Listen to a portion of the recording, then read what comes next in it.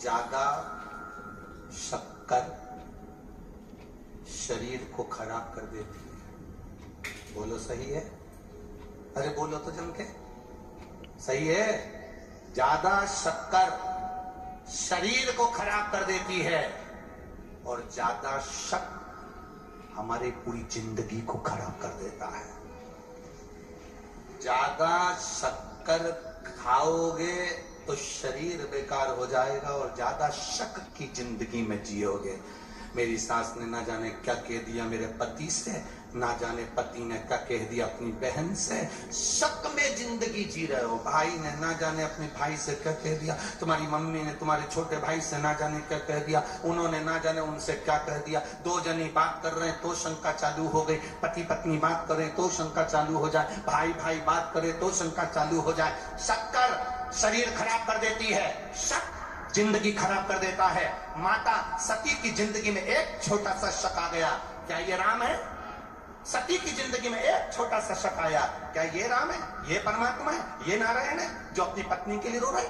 बस जरा सी शक सती माता ने करी और शक ने पूरा परिवार नष्ट कर दिया। जरा सा शक माता सती ने करा था, भगवान भोलेनाथ के वचन पर शक कर लिया कि क्या ये नारायण है जो रो रहे हैं, ये राम जी अपनी पत्नी के लिए रो रहे हैं, ये भगवान है? जरा सा शक करा, जरा सा शक करा और पूरा परिवार बर्बाद हो गया। पूरा सती मैया जलकर भस्म हो गई, भोलेनाथ तब साधना में लीन हो गए, सब अलग अलग हो गए, सब कुछ नष्ट हो गया। जरा सा शक हमारी पूरी जिंदगी को, पूरे परिवार को, पूरे कुटुंब को, पूरे हमारी समाज को पूरा बर्बाद कर देता है। एक शक की जिंदगी मनुष्य को बर्बाद की ओर लेकर चली जाती है। कई लोगों के मन में शक आ जाता है, शंकर जी को जल चढ़ाएंगे तो ऐसा हो गया, तो शक में आ जाओ, बिल्कुल मत चढ़ाओ। कोई कहे रात्रि को शंकर जी का अभिषेक करेंगे, पूजन करेंगे, शक में बिल्कुल मत अभिषेक करो। शक नहीं हो तो करना, शक है बिल्कुल मत करना। मंदिर में जाना तो शक से परे होकर जाना। मैं शंकर जी के मंदिर जाऊंगी, किसी ने कुछ कह दिया तो शक में जा रहे।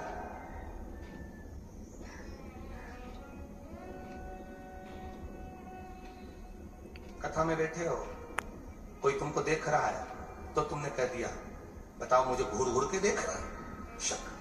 जब तू कथा में गई तो तेरा ध्यान कथा में होना चाहिए, तो उसको देखी काहे को, कौन तुझे घूर कर देख रहा है?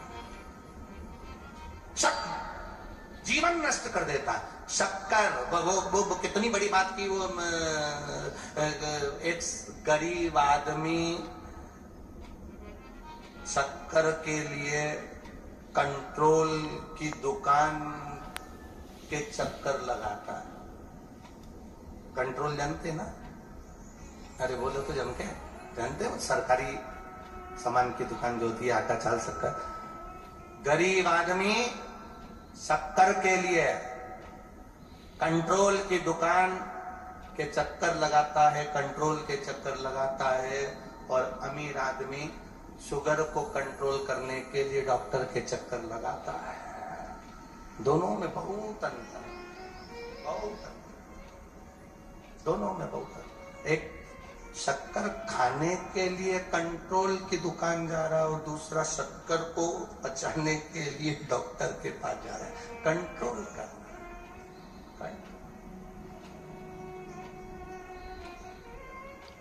शंका से दूर हो जाओ, दूर। कई लोग होते हैं, एक बुजुर्ग व्यक्ति रेल में सफर कर रहा था, ट्रेन में जा रहा था, बेचारा सीधा साधा था।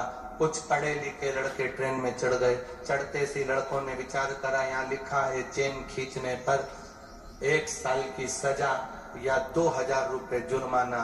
क्या करना है? अपन ने तो आज तक खींच के नहीं देखी ट्रेन की चेन। तो दूसरा बोला खींच लो, क्या जा रहा। तो 2000 रुपए कहां से आएंगे? चारों मित्रों ने कहा 500 इकट्ठे करो, 2000 दे देंगे। चारों ने 500 इकट्ठे करके जेब में रखे, चेन खींच दी। टीसी आए, उतनी देर में एक बोला, एक काम करना, अगर टीसी पूछे कि चेन किसने खींची तो ये डोकरे का नाम लगा देता, ये बूढ़े व्यक्ति का नाम लगा। चेन खींची, टीसी आया, पुलिस वाला आया और उन्होंने पूछा चेन किसने खींची?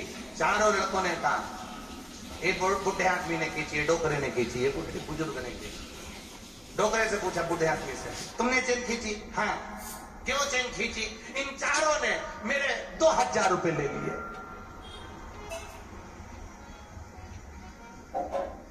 तुम कैसे कह सकते हो कि तुम्हारे 2000 रुपए लिए? ये काली शर्ट वाला है ना, इसके ऊपर वाली जेब में 2000 रुपए रखे, तुम देख लो। 500 के 4 नोट है।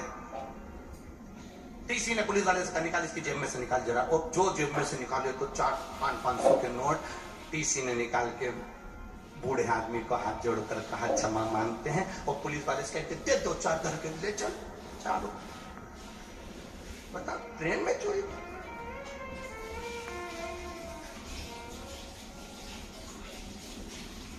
अरे ओल्ड इज गोल्ड। आज के जमाने में लोग ओल्ड को, बूढ़े आदमी को अच्छा नहीं समझते। आज के जमाने में लोग बुजुर्गों को ये समझते हैं अक्ल नहीं है, पर ओल्ड इज गोल्ड। परिवार पूरा हुआ। बुजुर्ग एक लड़के की शादी नहीं हो रही थी, बड़ी मुश्किल से शादी हुई। लड़की वालों ने शर्त रख दी, शादी में कोई बुढ़ा नहीं आना चाहिए। अब उनके जो फूफा जी थे वो बुजुर्ग थे, और फूफा जिद्दी भी बहुत होते। उन्हें कह दिया शादी में तो मैं जाऊंगा चाहे कुछ भी हो जाए। तो बुढ़ा नहीं जाना है तो क्या मैं बुढ़ा हूं क्या? मैं तो जाऊंगा। अरे फूफा जी तुम 75 साल के बुजुर्ग तो है ना। नहीं मैं तो जाऊंगा। गाड़ी में मुझे काम करो, मिठाई के डब्बे में भर के ले जाओ। अब इतना बड़ा मिठाई का खोखा, उसके अंदर उनको फूफा जी को ले गए। और शादी में बारात में पहुंच गए तो लड़की वालों ने कहा जरा देखो बारात के अंदर कोई बुढ़ा तो नहीं आया। जो देखा तो बारात में कोई बुढ़ा नहीं है साहब। तो क्या ठीक है बारात को आने दो। बारात सज के दरवाजे पर पहुंची। जो दरवाजे पर दूल्हे की सास ने आरती उतारी, वहीं पर दुल्हन का पिता बोला लड़का अंदर जब आएगा, भावर जब होगी, फेरे जब होंगे, जब हमारे गांव की नदी में दूध भर दिया जा। सब बाराती वापिस बस में आके बैठ गए। जाने लगे तो फूफा जी खोखे को बजाते बजाते पूछे कहां चल रही?